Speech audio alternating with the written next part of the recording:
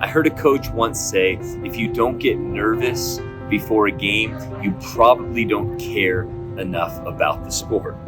We all know those nerves we get before a game. But for some of us, it's more than just pre-game jitters. We're actually talking about some deep-rooted fear.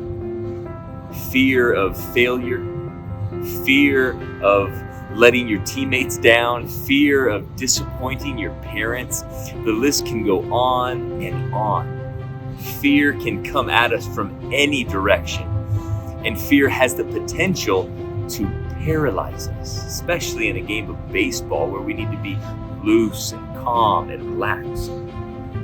As I was thinking about themes for 2020, I couldn't help but to think about fear. Fear is everywhere right now, from COVID-19 to the state of our nation and everything in between.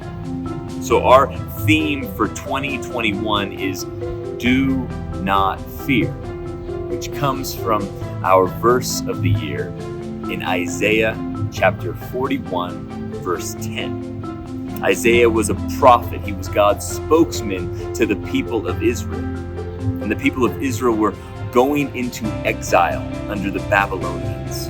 They had all sorts of fears, and rightfully so. And here's what God told them through the prophet Isaiah.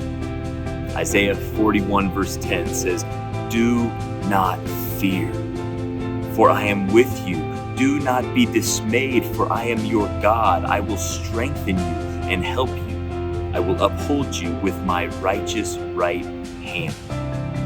This command to not fear comes up more than any other command in all of the Bible. It's pretty crazy. Over 300 times, God knows that his people can get fearful.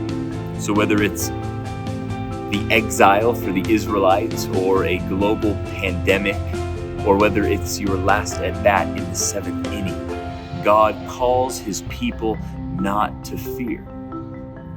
But he doesn't just say, don't be afraid as he slaps us on the butt, right? He gives them and us a reason not to fear. He says, for I am with you. For I am with you.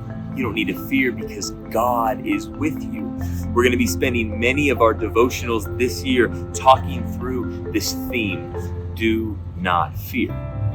And the big thing that I'm going to keep stressing is the power that we have as Christians to not fear. And that power is that God is with us.